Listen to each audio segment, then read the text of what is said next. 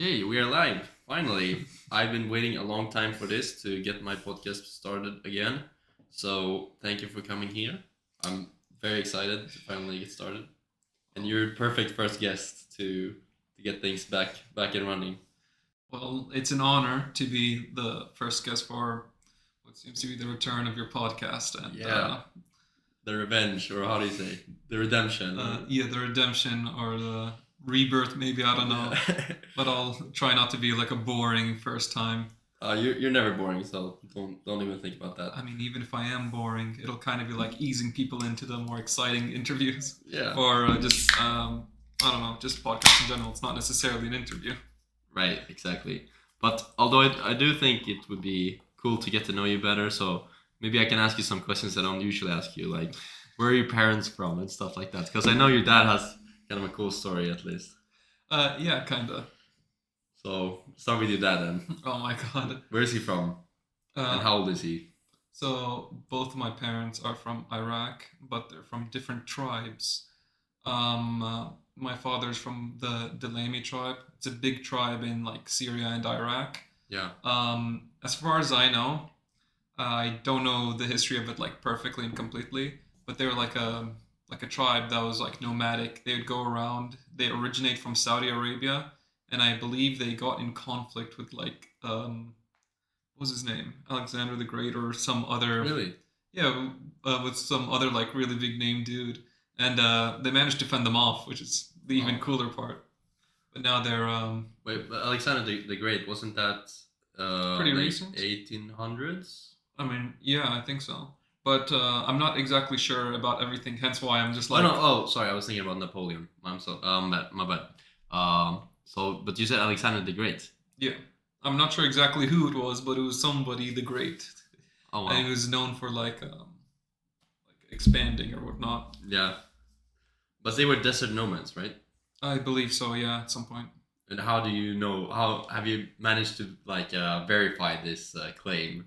I mainly just looked at the name of my tribe and I searched it up online on Google. Mm-hmm. I checked out the wiki, and my brother is kind of a history buff, and he did mention something sort of similar to that ages ago. But yeah. So, So your family has a Wikipedia page? well, that would be kind of disingenuous to say. That would be like saying, I don't know how to say it. Imagine there's like two really big groups of people, like in the millions, and you're like, oh, is it specifically about you? I'm like, I mean, technically, but there's also like five, Yeah. six-ish other million people it's also about. So But have you managed to verify like your genetics? You said that you were like from the desert, a desert nomad, uh, I like with my heritage or something like that. I haven't done a really DNA test or anything, but it's pretty much a well-known fact. It's also when I was taught how to say my name, my full name.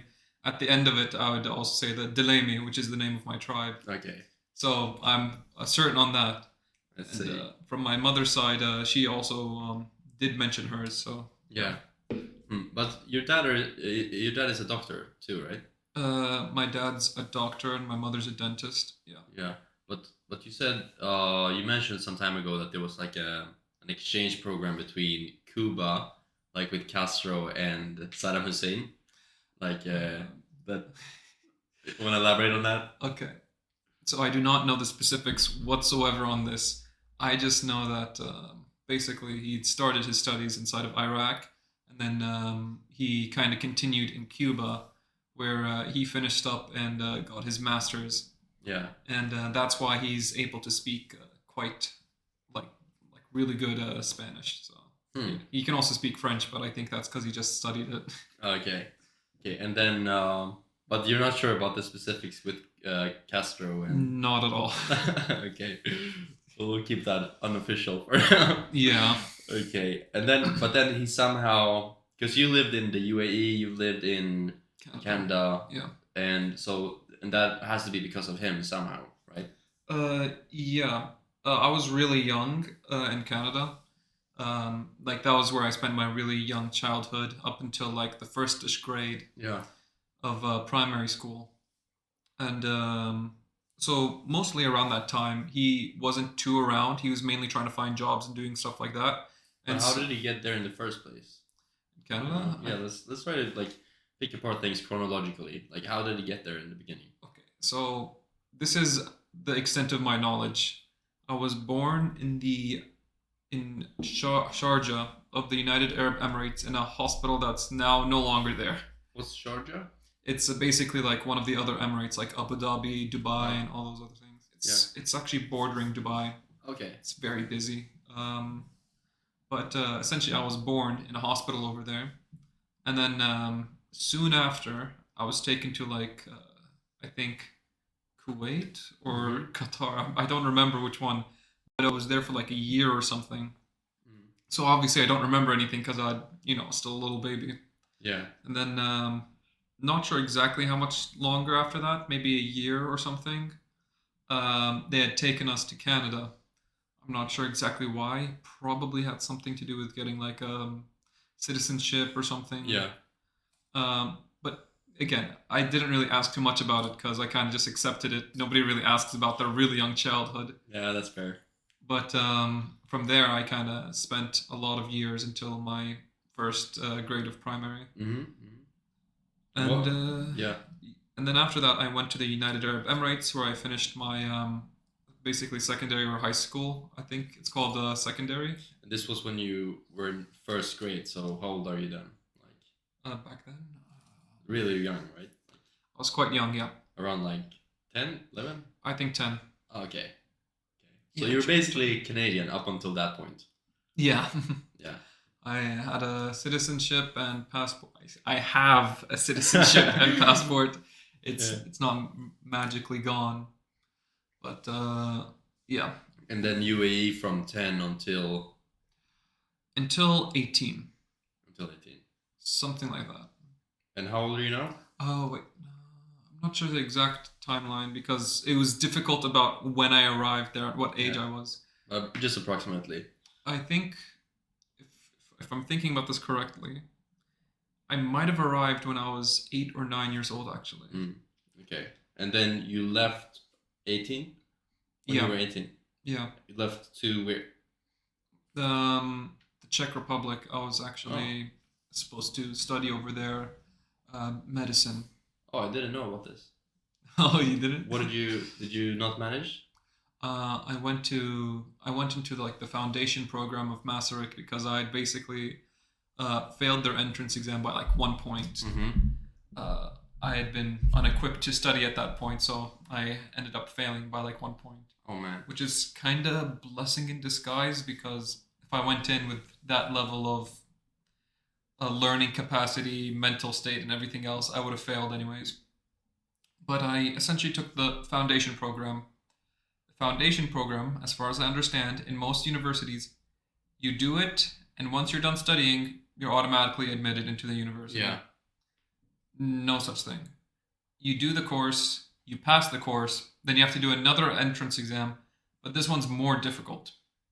And I had expected it to be like the original. And so that's what I was doing, basically studying a lot of the stuff that I'd taken back then. And no, it was nothing like it. So when I entered, and it was like it was like the same studies, but it was another level higher. Yeah. I just did not really expect a lot of it, and I didn't pass as well. But we're talking the medicine program now, right? And the foundation to enter into the medical faculty. Okay. A big issue at the time was, first of all, my apathy. I did not care or want, and I still don't, to study medicine. I do not care for studying medicine. It's just not my thing. Nonetheless, we're both studying medicine. Yes. In our second year. Yes, we are still studying medicine, and I'm in the second year. You're in the second year, so. But you were kind of forced from your parents, right, to study this. Yeah, they see it as like a guaranteed way of having like a degree to fall back on if things go bad in life. Or in the world. Or in the world, yes, because they're like, what's gonna happen if your country goes to war or this and that happens? They're not gonna be asking for cybersecurity if your country goes to war. Well, they might be. But that's actually true.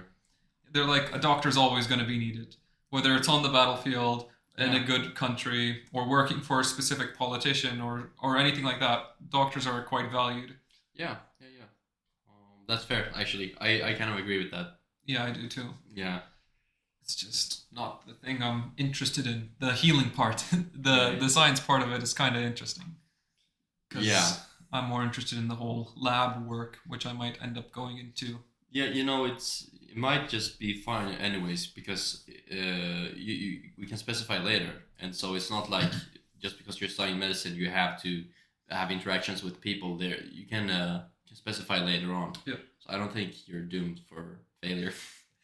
I'm not doomed. Yeah, I think my issue is like, yeah, obviously there's stuff like radiology, for example, where you don't even need to see the patient. Yeah.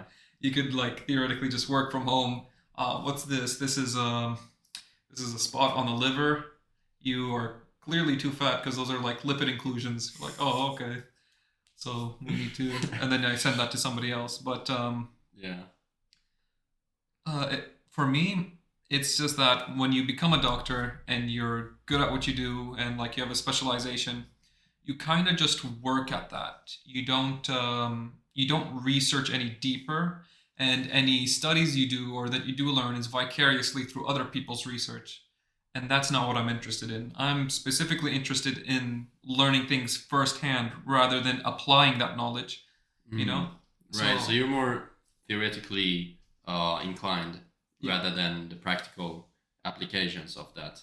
Yeah, I'm the one who gives, what was it? It was like from Endgame or Infinity War or something for Marvel, where it's just like I lead others to a to a treasure I cannot have myself. Oh, okay. Yeah, so like I would be like the one who would be studying that information, and I'd give it to people who put it into books and teach it to doctors. Yeah. That would be more interesting to me.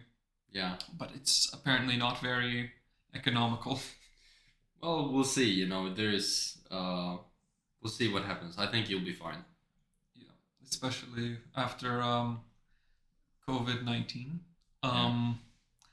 Pathologies kind of opened up, and I could just, be like, I'm going to study this virus, retrovirus, or bacterium. And then, I don't know, I feel like pathology's had a much bigger focus ever since then. Yes. I wanted to like bring up some, because I'm a big philosophy guy, so I wanted to hear some of your opinions on some of my tweets. Okay. Oh no. No, it's nothing too bad. It's nothing too bad. But first of all, have you ever thought about like I had a thought the other day that imagine how many girls have rejected nerds such as like Elon Musk. Mm-hmm. What do you think those girls think these days? Like when they think back of how they brutally rejected like Musk, for example. Well, if they rejected him simply because he's like, oh, he's ugly or some superficial reason, then I bet they're feeling fucking horrible. I bet they're feeling devastated. But if it's for some sort of really personal reason that they just simply couldn't bring themselves to like them, I feel like they'd still stick by that, Right. Yeah. If it was genuine rejection, like we're not compatible or something like that. Our personalities clash a bit. Yeah, but I have a feeling like at least half, probably more. We're like, oh, he's not pretty or something like that. Yeah, before the the hair transplant. Yeah. Exactly. Yeah, I guess he did have a hair transplant. Yeah. Yeah. So. By the way, what nationality do you consider yourself of being in possession of? Oh, okay. That one's a bit of a spicy question because it is. I do not. I mean, I have a Canadian citizenship, and I was raised there very young. I lived the majority of my life, although slightly a majority, in the United Arab Emirates, and I've lived here and there a bit, like in the Czech Republic and now here in Latvia. And no matter where I go and I see different groups of people from everywhere, I simply cannot bring myself to say, yeah, I'm this, I'm that, because I'll have like some other people from Iraq and I'd speak to them and I cannot identify with them on a personality or cultural or like hobbies that we do. Religion. Even maybe religious things like I cannot I cannot like relate to that. So I can call myself Iraqi by blood, but if we're talking about culture, heritage, heritage obviously because my parents, but I mean like culture and a lot of the things that you typically do, I don't have that. So Yeah. just on name, by blood, I'm Iraqi. If we're talking about citizenship, I'm Canadian. Mm. But when it comes to specific countries, I think I just simply don't value it enough to give it any thought. Okay. But going back to like ethnicity, so when you say that you're from Iraq, I didn't know Iraq had desert nomads. I think that they had settled there, but they were originally from Saudi. Okay. Yeah. And I suppose there it's more common with this phenomenon. Uh, I'm not exactly sure about everything. Again, very Like- surface level. Like, okay, service level. So I won't go into that because I was gonna ask you a question about camels and stuff. I mean, you can ask about camels. I know a bit about them. Oh yeah? Yeah. Okay, what's wrong with them? Why do they have a thing in their back? Okay, so that's basically just a lump of fat where they Oh. just eat it up, and then it helps them with energy storage and heat management, if I'm not wrong. It's like an insulator also. Hmm. The hump isn't the most interesting part about them. I thought they stored water in there, not fat. But Uh, it's fat? Yeah, it's fat. Oh wow. I think they store water into like kind of in their stomachs. Like you know how like things have multiple stomachs. If I'm Yeah. not wrong, they have like a stomach that's just full of like watery stuff, Mm. probably filled with proteins and a bunch of other stuff from typical mucus and whatnot. Yeah.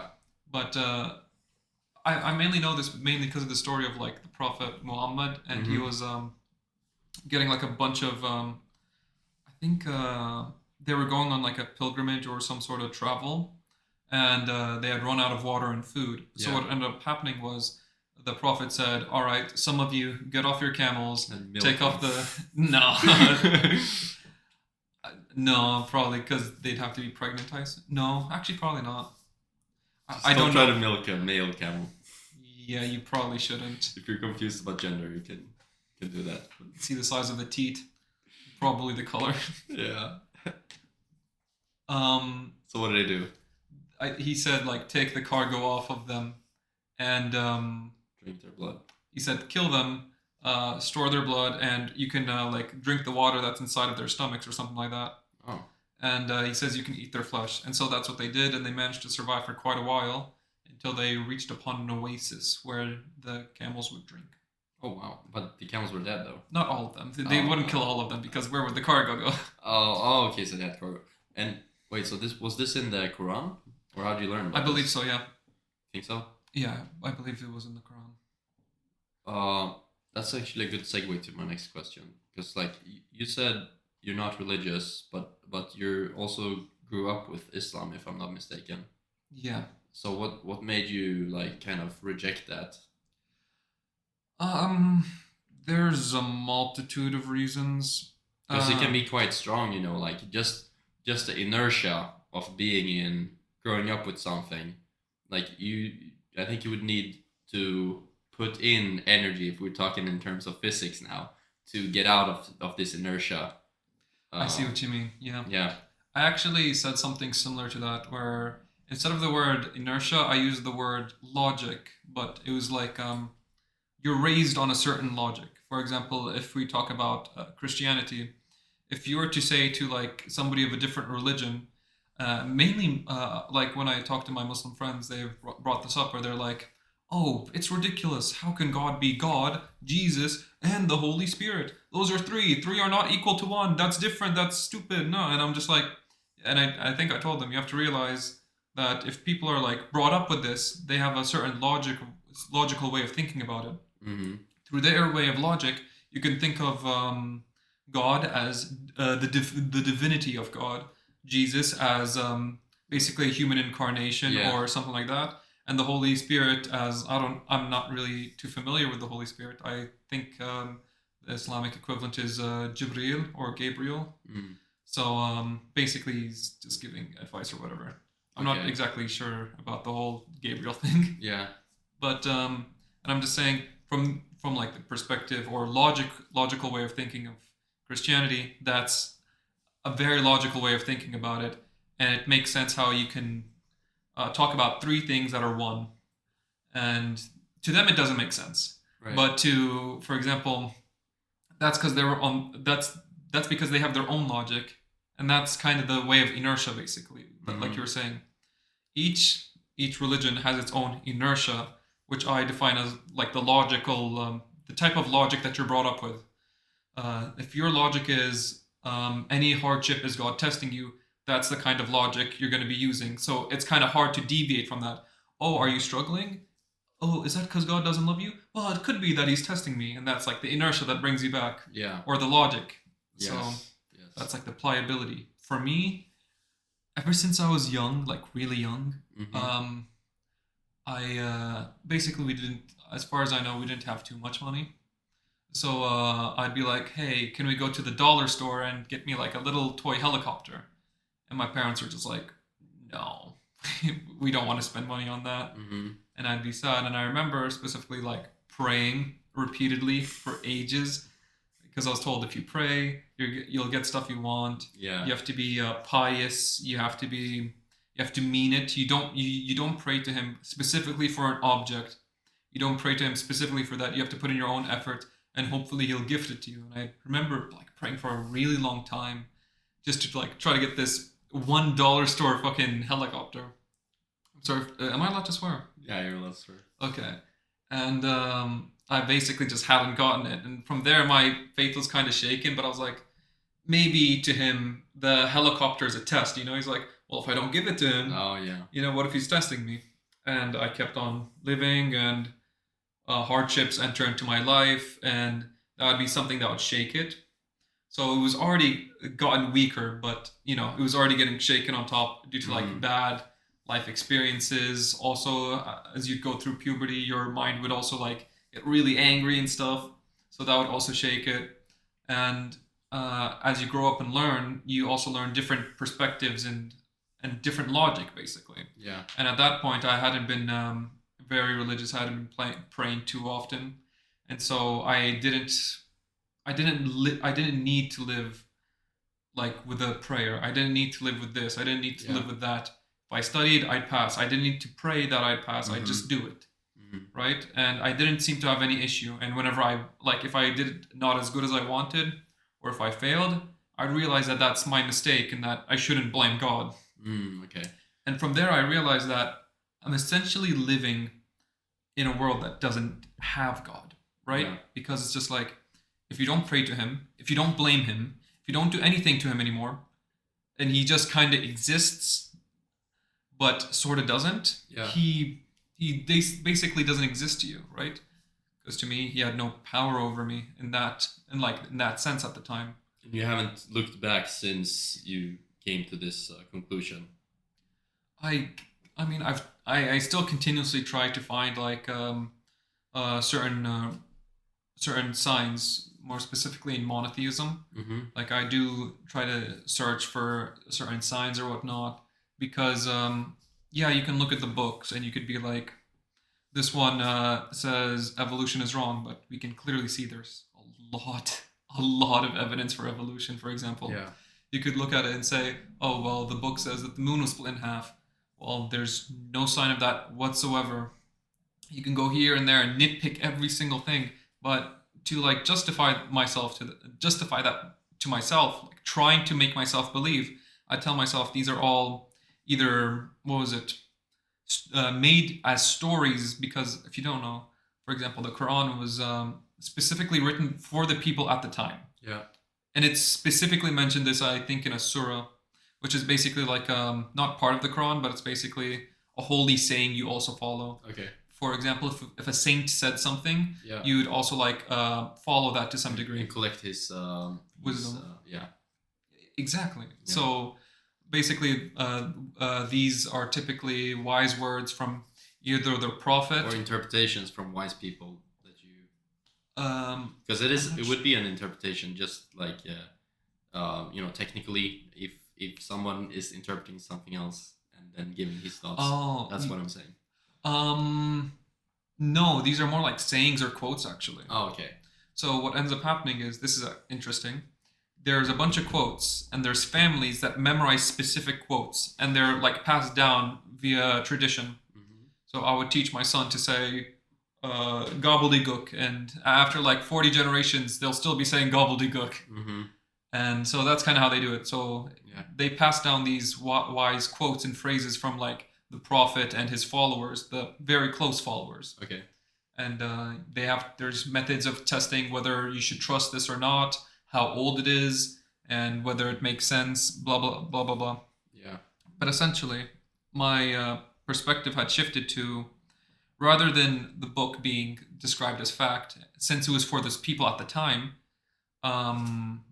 you also have to interpret it as God's. What would God do? Would he just tell everybody, yeah, this is a zygote, this is a this is a fetus, these are all the stages, this is if you didn't know, humans actually developed from their butthole first, which is true. It's like, do you think he'd tell them all of that, or would he like describe it in a way that would basically put them on the right path to discovering these things, right? And so I tried. That's the argument that they're making?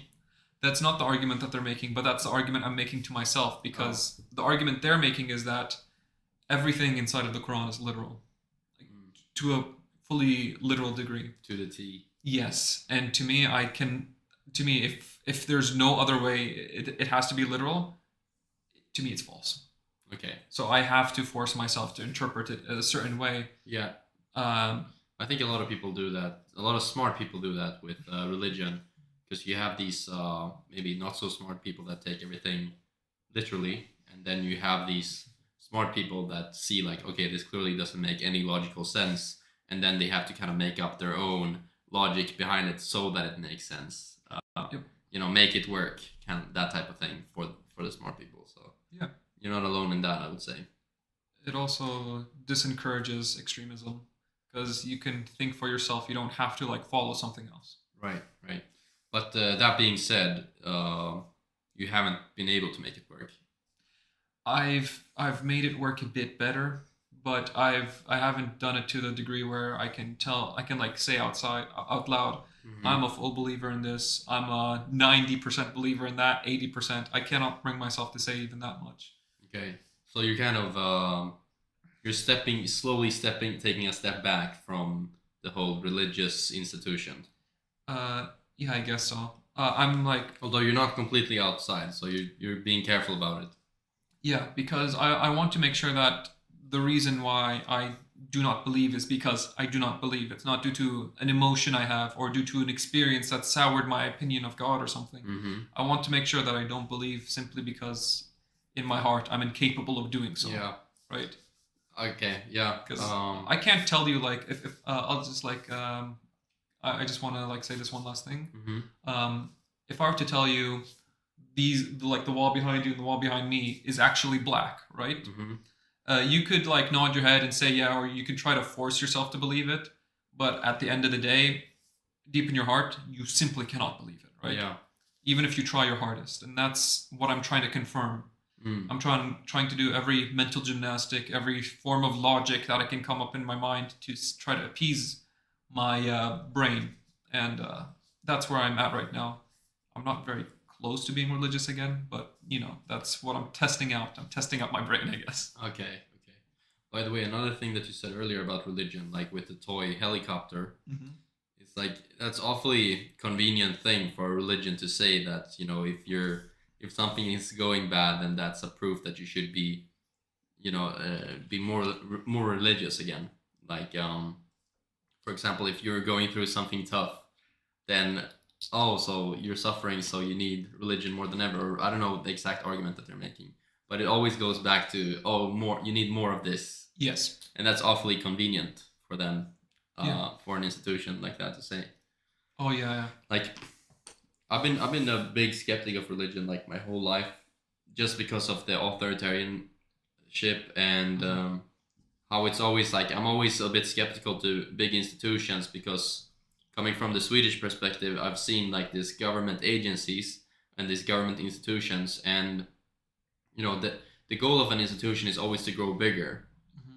And that's why I've been very skeptical to religions, especially when it's like, when you have something skeptical and it's like, oh, actually, and they turn it back on you. And and yeah, I don't know, but I'm still not. I'm still interested. There's some good things that religion has to offer. I think so. I'm, the judge is still out. This one. Yeah. I agree. Okay. Um. So what are you looking forward to? Do you have any things that you're looking forward to? I think. Well, first of all, do you think it's important to have something to look forward to? Like in life or in school? Yeah. Or... In your daily life. I think yes, very much so. Actually, like to an extent higher than anything else, because it was described in I forgot, it was like some sort of fucking manga anime something, but it was very good analogy where somebody was just like, well, if you have no motivation to do something, even getting up from like your couch to go like grab the remote or something, or to go to the bathroom, that's a huge hassle, right? It like takes a lot of mental effort, like and then you sit down for 5 minutes on your phone, and then at some point you're just like, fine, whatever, and then you get up, go to the bathroom or get the remote, and that's like a big thing that you push yourself to. Yeah. However, if you're really motivated, if you have like something, a reason or something, something to look forward to, something you want, some motivation, like you'd be willing to like walk miles. You'd be willing to fight people, you know? If you're looking forward to that thing. Yeah, exactly. And that's why I feel like looking forward to something is very important, because it's the difference between doing nothing and kind of like having time pass you by. Yeah. Because you have nothing to like gauge the time with. Like, oh, I'm looking forward to this that might be coming in this much time, or I'm getting closer with my studies to the level I want. If you have your gauge of time kind of also weakens. You become more apathetic. You're tired. You don't study as much, or even ignoring studies, you're not as happy or as talkative. So I do feel like that's a big motivation. So yeah, like recently. So you at least you agree on that it's important to have something that you're looking forward to. Yeah, I've had to even get some of my own just to like take myself out of the pit. You know? Yeah. So what are you looking forward to? Freedom. I know it sounds cliche, but as long as I'm studying and tied to my family, I do depend on them. Yeah. And once I'm on my own and I can make my own decisions and everything, without consulting them, I feel like at that point I can be me, because at the moment I'm not really fully me, you know. Yeah. I read a good quote about freedom recently. It's by a guy named Naval Ravikant, and it was, I would be paraphrasing it, but it was like you're not free until you can be. If someone has to tell you when you should be somewhere and what you should be doing, you're not free. It doesn't matter if you're a banker who makes like $100,000 per month. If they have to tell you how to behave and when you should be there, you're not free. Yep. That's how I feel. I'm not sure if I'll reach that level of freedom ever. I mean, probably when I'll like be hella old and need to retire, right? Yeah, maybe. But I just need like more freedom. I know it's greedy, but you know, Satan kind of came down here and gave us like a little taste of it. Who came down here? Satan. You know, he gave everyone a little bit of freedom. Wait, so freedom is evil now? Again, that's very convenient for a religious authoritarian institution to say. But wasn't that like you need us, otherwise you're with Satan, you know? I mean, isn't that what Satan did though, right? He like came down and invited chaos and anarchy, right? And how did he do that? By abusing like people's free will and everything like that. With the apple, Adam and Eve. Yeah, for example, that he basically let all of humanity exist. Yeah. He also let everybody do whatever the hell they want, and that's the thing with religion, for example. Yeah. Religion is free will, but you have to follow some things. And like Satan, his whole idea is, well, you kind of exist and it's there, so why don't you exercise your free will to do it? And both sides aren't necessarily wrong, but there should be limits to both. Wait, so do religious institutions believe in free will? They Like, have to, right? They do believe in free will. Yeah. They would have to, because otherwise, why would there be a need to influence you? Because they're trying to influence you for the better. That is true. And if you didn't have free will, then it wouldn't have mattered. Yeah, it would not have mattered. Yeah. I think that's a really big thing that they have to do. Yeah. Because indoctrination, the whole idea of doctrine, indoctrination, and all that kind of depends on knowing that free will exists. So yeah, I think you bring up a really good point. Yeah. They almost definitely believe in it. But the Adam and Eve and the Satan thing is kind of interesting to me because I think that story is the sense moral of that story is about greed, right? Like if you can have everything in life and your greed can be the thing that makes you lose everything. I mean, I feel like the story of Adam and Eve is like very simplistic. Because of that, you can like take a bunch of things to learn from it. Like your actions can affect your descendants, or that's if true. you don't listen to That's rules, a good point. If you don't listen to rules, you'll be sent into Earth. I don't know. That's one lesson that I wouldn't take away, but I totally understand that you could take that. Especially if you want people to listen to you, you would want to emphasize on that point. Yeah, I mean, I think your fear of like religious authoritarianism is actually any authoritarianism. Doesn't have to be religious. Yeah, sure. Like the government is also a form of authoritarianism. Or the faculty of a university, or your boss. It goes back to your point about getting free. Being free is about getting rid of, often authoritarians. Authority. Yeah, basically. And what was it? Yeah, but I wanted to like mention on the specifically the authoritarian part for religious because we're on the top because we were on the topic. Yeah. But it was like the whole Crusades and everything, right? Mm-hmm. Their whole idea was just that the Crusades and also like the idea of like the Pope back Holy Roman Empire and all that. The whole idea was just like you can't talk against us. This is heresy. You're exiled or killed. Or they'd be like, we're gonna spread the name of God through murder, and like, yeah. I'm not sure murder was the purpose of it, but that was a consequence of their trip. Yeah, of their crusade. Wasn't it technically like the way they sold it was like, oh, we're gonna go to a different part of the world and spread the good word of Christianity. I think the Crusaders, yeah. And then if someone attacks us, we'll attack them back or something like that. That's like with the US today. Modern form of crusade. Yeah. The US goes into Iraq, gets the oil. By the way, we weren't there for the oil. We're there to, spread the good word of democracy. Yeah, instead of Christianity. Yeah. Helldivers 2. Although, don't quote me or what did you say? I said Helldivers 2, if you know what that is. I do not know what that is. It's a game. I'll tell you about it in a second. Okay.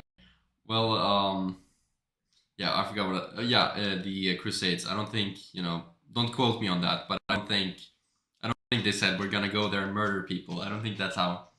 They did not say that. No. But it was like they said it veiled. Like behind the veil. That's basically what they said. They're gonna see the mercy of God or something. I mean, I think the Crusaders themselves didn't say that, but I believe like the Pope and the people who like sent them in kind of heavily implied it. Yeah. And they're like, okay, first of all, we'll get a bunch of people on like horses in armor, and they'll stand in front of the city, and they'll just be like, okay, listen to the word of God. By the way, we're heavily armed, and then and then the other side will just be like, you can't just fucking do this.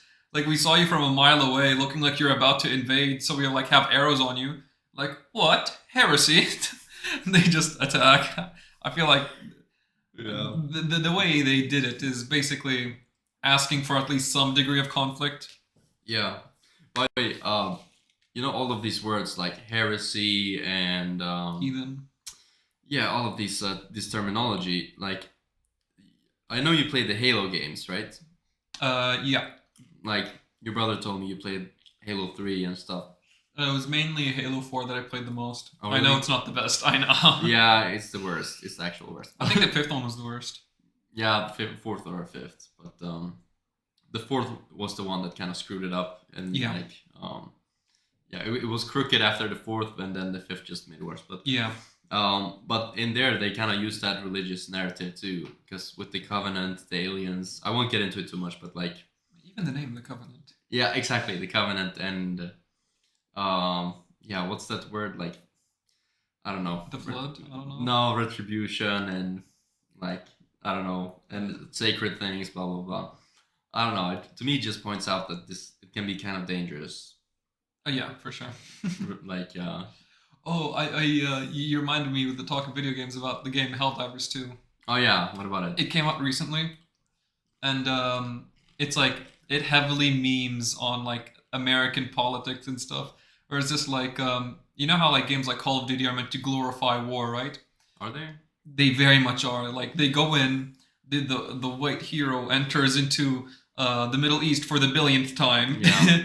He shoots out a bunch of people. By the way, you're allowed to shoot the civilians in like a airport in one of the games. Yeah, Modern Warfare 2. Yeah, and then like you do that. Not only do you not see like a bunch of guts and everything else flying, you're never like your character never feels bad for the Right. most part. Yeah. You never get shown a lot of the consequences. Like there was one game that I don't remember the name at all, but you deploy like white phosphorus inside of there, and what ends up happening is after you deploy the white phosphorus, you go down as soldiers and you go down looking around for everything, and then your characters are just like, damn, these guys are like these are hella bad people, and then you go in, you enter this area, you're like, what the fuck is this? You enter, they're like, there's a bunch of dead civilians here. And then your character like starts like questioning himself. He's like, I fucking did this. I did this. I put down the white phosphorus and all of them died. And then he sees like one of the soldiers is like half alive and his face is like melted. And he like talks to him. He's like, hey, what happened? He's like, we are here to like help protect the civilians. Like we were basically here to like help you while you take care of them. And just based off of their orders, that's what ended up happening. Mm. So it like showed like the bad side of war, and it was like really gruesome. And this was which game? I don't remember, but if you But it search, was Modern Warfare. no, it was definitely not any of the Call of Duties. Oh. But if you search online, white phosphorus, but it was like a specific video game, you'll definitely get the scene because that scene is quite popular. Well, you were gonna bring up some Helldivers 2, Yeah. yes. What about The whole show is about not the show. The whole game is like, hello, Helldivers are like soldiers who go down onto like planets to spread the good name of liberty and freedom, and they do that by like shooting bugs and like machines, automatons. But it's really stupid where there's like a bunch of statistics. They're like survival rate 20%, patriotism levels 98. So there's high mortality. The whole joke is that people are like hella patriot, and all they do is just like spread, oh yeah, we brought liberty to them. But what ends up happening is this: you go down there, you kill people or you die, and that's it. Okay. And I just love that because it's a meme, because the thing you're doing it for is called Super Earth, so it's very on the nose. It's very stupid. Okay. So you're spreading like the spirit of patriotism from the Super Earth country. Did I get it right? Yeah. Okay. And what is To it? who? To another alien species? Or- To alien species and like automatons, like robots. And that they should love your country too. You kind of just kill them. I don't think there's like too much in game. You just kind of kill them. No, but it was really funny considering I think the operation to invade Iraq was Operation Iraqi Liberation or something. Yeah, something like It's that. Yeah. hella goofy. Yeah, I mean, I don't get. I actually went pretty deep into that to see why did the Iraq War happen and all of that, and yeah, it was all about the key word was weapons of mass destruction, right? Yeah. And that Saddam Hussein had these was in possession of these weapons of mass destruction. somewhere in Iraq. We didn't know exactly where. The US gave some fake facilities, and then you know, turns out there was no weapons of mass destruction, obviously, and I don't know. I can't say Saddam was a good guy. He comes across as a good guy in the interviews, but there are some reports of the use. Kurdish? Yes, like that he used some chemical weapons. I have yet to find an actual source about that. As far as I know, it wasn't him specifically, but his right hand man.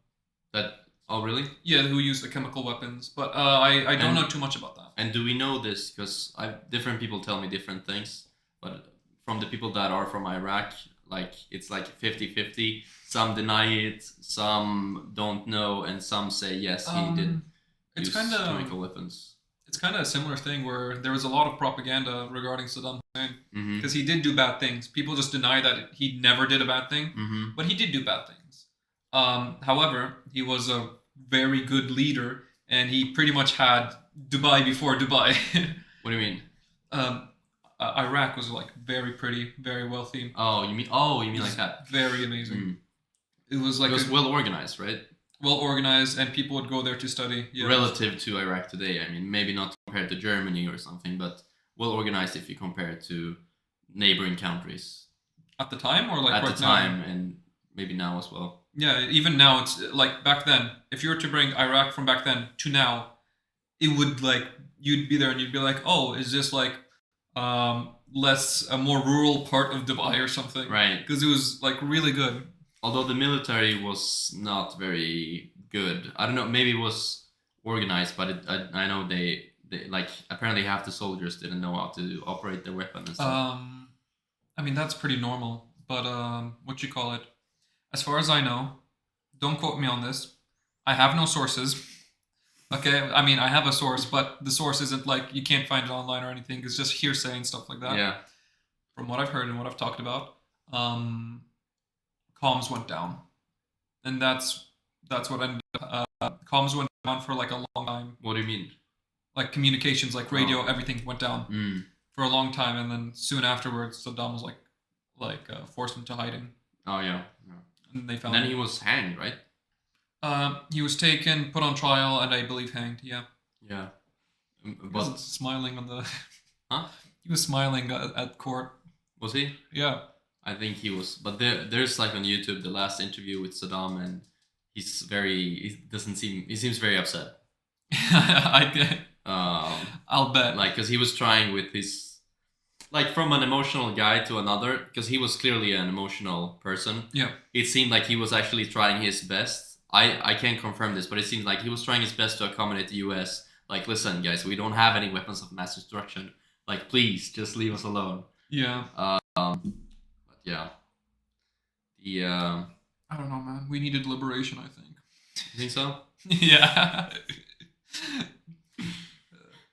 America. Oh man. Yeah, I don't understand how George W. Bush can live with himself, actually. I mean, I think he was up on a podium. Yeah. And somebody asked him about the invasion of Iraq, and he basically said a Freudian slip. He said, "Oh, we actually didn't. We knew that they didn't have any. I mean." No, it was like some other country. It was No, it was about Iraq, dude. No, that's the thing. It wasn't. His speech wasn't supposed to be about Iraq. Oh. And then he accidentally said Iraq. Oh. And it was like, we know that. Let's say he was talking about, I don't know, Malaysia or North Korea or something. Yeah, sure. Like, we know that Iraq has doesn't have weapons of mass destruction. Yeah. Anyways, we can bring that clip later. But. That's just funny though. Yeah. Yeah, it is. And like I've seen soldiers confronting him, like whose friends died there, whose brothers died in Iraq for for nothing. Yeah. For money and power for some corporations. Terrible stuff. I think the death toll for civilians in Iraq was like I'm not sure of the exact number, but it's like really fucking high. Yeah. Like in the 100,000s. Yeah, I can imagine. Yeah. Which I don't know. Maybe that kind of breaks a few UN laws. Maybe. Yeah, just a few. Maybe we should take repercussions. Many Americans didn't die though. That's for sure. Just a few. Like probably like 100 to 1, I guess. 100 Iraqis died for every one No, American. much less than that. I think it was very little. Maybe people. 1,000 to 1. I think in total, like somewhere around 1,000-ish Yeah. of them died in general. Yeah. So maybe. Actually, yeah, that sounds about right. Yeah. Where would you live in the future, do you think? Wouldn't be Iraq, would it? Nah. No. I don't know the culture too well. Plus, I don't mesh with it. It's kind of dangerous, to be honest. Certain areas. Like, No. I've been there, but I don't think I would go back. Especially not these days. Fair. Yeah. I mean, most places are fairly safe. And if you've been there, you know that the people are very accommodating. Very. Yeah, I love that country, but still, that doesn't mean there aren't bad people. Yeah. Who, and like religious fanatics or terrorists who would just need like you're helping them, facilitating abduction and extortion. I see. You don't have to put yourself in the hands of them. Like, you should make it difficult. I know what you mean. You're basically just, come, I'm here. Yeah. But But I guess that's more Baghdad, but still. I mean, yeah. Yeah. But it's calmed down a lot since. Yeah. But again, it's not a place I'd be in the near future, or in the future at all. So you don't actually know where you're going. I have a few ideas, but What's your ideas? Give us the top 3. the UK for one. Mm-hmm. Because if I stay within the continent of Europe, because I know they're not in the EU, Mm-hmm. that would just be pretty nice. Yeah. It's overall. Besides, their breakfast is the bomb. Like a proper British breakfast.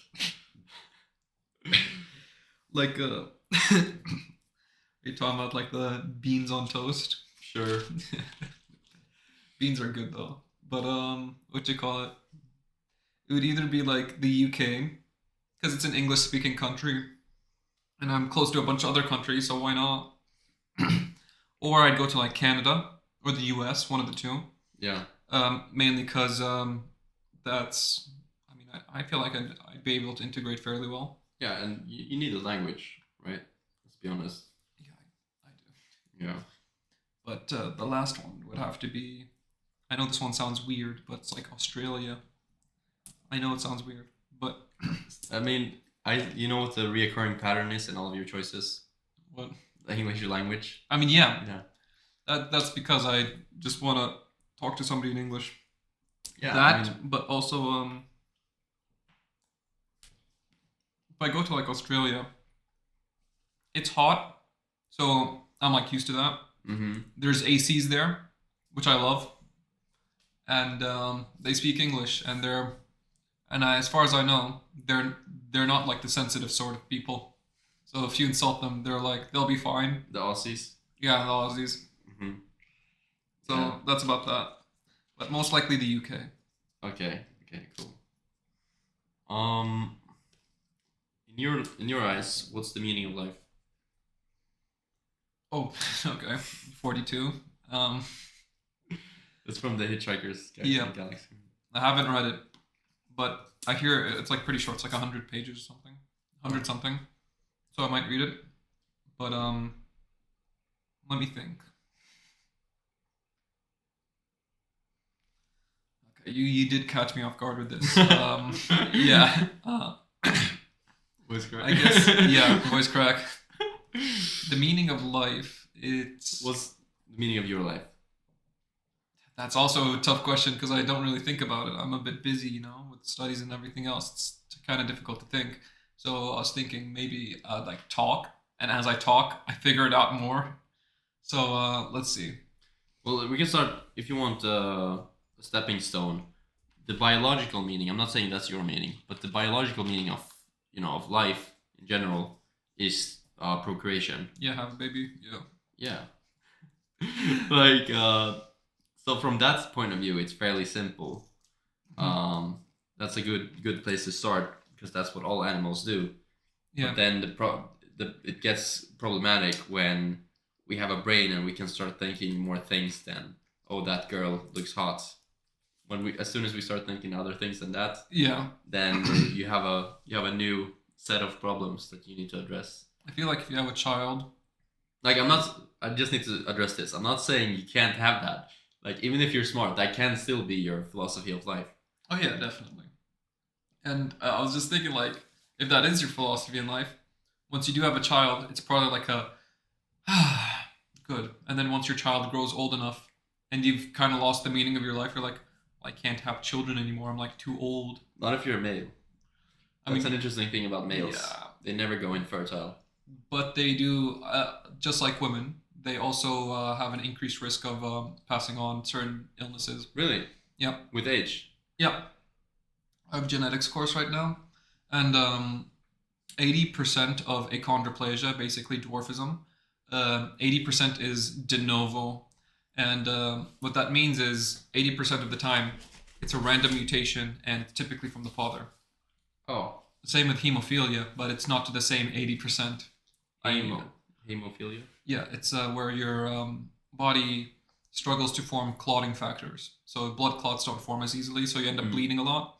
Typically from the nose, it happens a lot because soft tissue in there. A lot of small capillaries. Yep. Yeah. So, but like if you get hit in the joint, the blood will accumulate there. Oh, and it kind of sucks. Sure, like that goes for open cuts as well as closed bruises. Internal bleeding's a big issue. Oh God. I don't know how bad it would be for like women on their period because I don't know, but I do know that some people with like extreme cases, if they're like in a car and the car's like bouncy, they'll like the next day they'll wake up with a massive bruise on their like thighs and butt. Because the capillaries won't close up when they break. Yep. It's terrible. It is. Oh, but that's also why you shouldn't have a child when you're like pretty old. Okay. Just out of consideration for your child. Completely on topic. Yeah. So yeah, but like from that perspective, after you've like raised your child, if you don't want to have another child, you don't want to risk it. Or if you're just like, I don't want to go through that again. And then your life is over from that point of view. Yeah, your like meaning in life kind of becomes too. I think this is really common where people's meaning in life is just to get married and have a child. Mm-hmm. Once the child grows old and can like live on their own, or they have to go study somewhere. Yeah. The parent clings to them because they've put everything into the child, and they don't have anything really else too much of their own. Right. They don't have like a goal of, I want to open up this. I want to open up a store. I want to open up a salon. Or take humanity to Mars. Or take humanity to Mars. If you don't have any of like those like grand or not so grand ideals, I feel like at that point, that's when you start becoming kind of pathetic. I don't know. But let's not take that away so easy, because you can actually improve the success of your children by being a good environment. Like, so there's a whole hypothesis in evolutionary theory that, like, if you let's say you're infertile for whatever reason, you're sterile, but your brother has children. Mm-hmm. The fact that you could still be around and help nurture his children, you're still like you share a lot of the same DNA, so that would actually ensure the success of your DNA as well. I see what you mean. Yeah, so that's you can still like continue your the success of your genes without by proxy. By proxy, exactly. That's the whole theory with like grandmas and stuff. Like, why do we have menopause for women? Yeah. Oh yeah, I did hear about that. Like that's actually a pretty deep question that we don't exactly understand. Like why is menopause a thing, and why is it quite early? Yeah, it is quite early. Yeah, but the answer that's proposed there is that, like, if you're an aunt or a grandma, you can still, like, by helping your grandchildren, you're kind of having children, because if they die, then you lose children-ish. Does that make sense? I see what you mean. Yeah. Yeah. Like if all of your daughter's children die, then that's technically like you didn't have any children by yourself. Yeah, and also your child is worthless. Because if you're thinking about evolutionarily, the mother is very likely to die via childbirth. So she also has like a good chance of taking care of children on her own. Sure. And having like by-stepping her daughter. Yep. Yeah. And if she's like older, she also has a higher risk, most likely, of like dying also. Yeah. Because the immune system kind of turns to shit. If it hasn't already. Yeah. So. Okay, so do you want to take a quick break before we continue on the meaning of life for you? Because we just started with the biological stuff. Yeah, I was like thinking about that. Okay, quick break. We'll be back. All right. All right, we are back. Got the champagne. Do you want to do the honors to open it? I don't know how. I'd probably blow it up. Okay, I'll try. It's for the first episode. Oh. I've been looking forward to this for so long, getting it started. Like, because I'm kind of suffering in med school. Oh, fair. Like, my dream is to one day, like, exchange med school as my occupation for something else. Like maybe my media channel on, YouTube channel. Because I like to do videos there. Not only podcasts, but also like informative videos. So that would be pretty cool to one day switch that out. Although it is just a dream at this point. I mean, that's kind of where I'm at right now. Yeah? Yeah, where I'm going to go through with med school. And then I'm going to basically just use the money from that to try to fund my other interests, yeah. Yeah. I mean, you got to make a living somehow too. So that's, you need money to, before you can kind of explore what you want to do. Yeah. So. Should I close the window, by the way? I think we're fine for now. Maybe later, I guess. Alright, it's kind of nice getting some air. Yeah. Okay, but meaning of life, outside of the biological standpoint. Yep. So outside of the biological standpoint, for me, it's probably becoming who I want to be. Mm-hmm. Like, because I feel like everybody, to some degree, is suppressed, who they are emotionally or as an identity. Oh, fuck. Jesus Christ. Oh, man. We're going to have to edit that out. I think it had been stored for a while. I think right here. Shaken. On your mouse pad. You should probably... Fine. Okay. Jesus. But, yeah. Should I keep going, or should I just, wait for you to figure this out? We can even pause. Sorry. I'll edit this. God damn it. I feel like it would be kind of funny to keep in. Yeah. Okay, I'm listening. Okay. Do you want some, by the way? Yeah, sure, why not? Okay. Let's celebrate this with me, brother. Sure. And then we'll, toast it? Yeah, let's pour it right over the computer. Yeah, we could do that.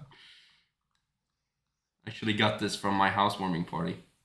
Mm. Yeah. Oh, it was a gift. It was a gift, yeah. Gifts are meant to be used at some point, I guess. True. I'm sure they're happy. And I'm not giving the gift as another gift to someone else. Who knows how many times this has been gifted, in all honesty. I don't know, man. I'm just saying. I don't receive gifts, so I want to know about the whole idea. Well, I'm just saying, sometimes you receive gifts and you just keep giving them. Because you don't want to use them? Yeah, because nobody, some gifts people don't use. You just use it as gifts. Yeah, that makes sense. It's like a comfortable thing just to have. Yeah. Let's get back on. Kind of like a gift card, Here's a gift card to a place that nobody ever goes to, and you just keep giving it. That actually makes sense why gift cards are so popular to give now. Yeah. All right, cheers, man. All right, cheers.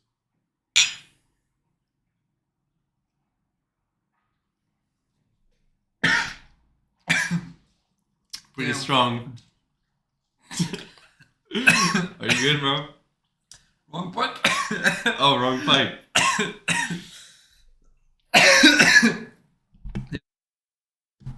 Okay, I muted you for a second. Okay, yeah, that was needed. What you call First alcohol in a long time. Just go straight for the lungs. Yeah. But we were talking about meaning of life. Yeah. And I said that I believe that a lot of people are. Oh, yeah. I was thinking the vehicles are making noise. But people are all to some degree like suppressed. So like Yeah. somebody wants to be more artsy, somebody wants to be more fashiony or like fashiony, Mm-hmm. or if somebody wants to be more extroverted and loud and something, Yes.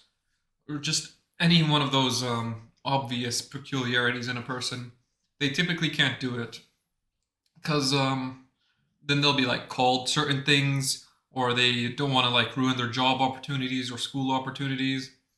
They're frozen out from their friend group. Yeah. Um, I mean, like the only thing that I'd have to say is an exception, like where it's justified, is like if you're like an exhibitionist or something. What was that? Like you like either just straight up being naked in front of people or like having sex in front of people. So I feel like if it's one of those two, I feel like you should, probably not. But Who likes that though? Like, which internet forums have you been to? no, it's like a thing where people feel empowered that they can have sex in public and nobody's gonna stop them. Does I that guess, ever happen in human history? there's videos online of people doing it, and then like you'll just see people that are like, there's like old ladies like, oh, stop this! I've called the police. You typically like, Wait, so they legit don't care how they're perceived. I guess so. I've only like seen clips that my friends have sent because they start laughing at it. They're like, look at this old lady. Then like that back when Live Leak was a thing. Uh-huh. Um, WikiLeaks, you mean? a Live Leak. Oh, Live Leak. Basically, over there, you typically go there to see how people die through CCTV. Mm-hmm. I hated it. I hated it. It's down. It's no longer a thing. But my friends like found some stuff utterly hilarious. Not the dying part, but for example, the exhibitionist shit. Whenever like they like see somebody dying, they're like, "Yo, why are you sending me this? Why are you sending me?" But typically, they like look at people trying to do the weird sexual gratification, right? Like it's similar to like one man, one jar, but like you'd have like people doing weird stuff like that, and then you're like, "Yo, look at this idiot! what a moron! This guy's." I'm not like they're gonna be like there's like a video of this man putting like needles through his like testicles. Oh god. Yeah, and then my friend was just like he was just talking like what imagine he goes to like Christian home and like they ask him, oh, did you get your ball sack pierced? He's like no. Dude, this is getting way too weird. Yeah, no, but that site was like depraved. But I was saying that if you're like an exhibitionist or like if you're an exhibitionist or a nudist, you probably shouldn't, express yourself. Keep that away from everybody. Okay, so those are the exceptions to your meaning, but That and murder. But it's yeah. Oh my. But it's your meaning of life though, so it's like it doesn't necessarily copy to other people. Yes. But I don't know. For me, it's just like as long as it doesn't harm or disturb other people Right. too much. Mills harm principle in philosophy. Whatever doesn't hurt somebody else, you're free to do.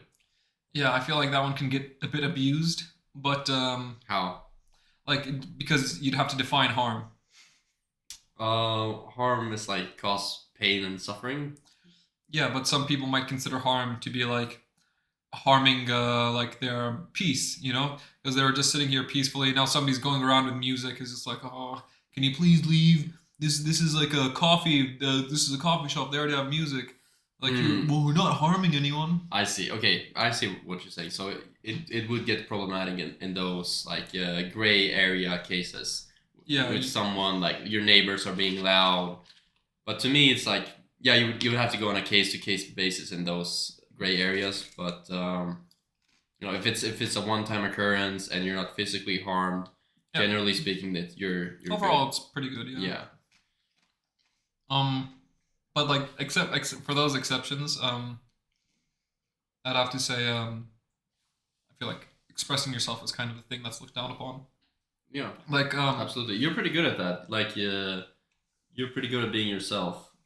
Like for example, in the histology classroom, I remember you just walked up to the sink in the middle of class and just grabbed a tissue and like stood there and listened. That's like kind of a weird thing to do, but it's kind of nice because you don't care too much what others think, and when you're being yourself and being by being yourself, you're being weird because let's face it, everybody's weird.